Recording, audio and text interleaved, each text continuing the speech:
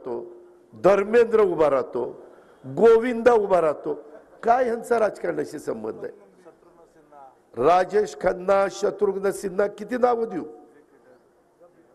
एवढे नटी पण उभे राहते, नट पण उभे राहतात. आणि का एकदा मला वाटतं अमिताभ बच्चनला पण उभं केलं होतं आणि निवडून आले होते. आणि मग नंतर म्हणले नाही राव, हे आपलं काम नाही, राजीनामा दिलं सोडून.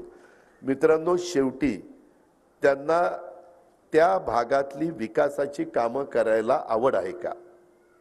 थोडे दिवस आपल्याला पण नवीन माणूस आला, याला चांगला दिसायला पिळबिळ मिशावर मारला की काय दिसतंय राजबंडा घडी, आणि ते आपण देतो, बटणं दाबतो. त्याच्यात आमच्याही चुका आहेत.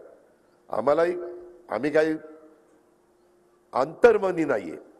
एखादा जण आला आणि बघितला आणि चांगला वाटला तर वाटतं की बाबा हा निघेल चांगला, परंतु त्याच्या डोक्यामध्ये काय चाललेलं आहे हे काय आम्हाला कळायला मार्ग नाही ना.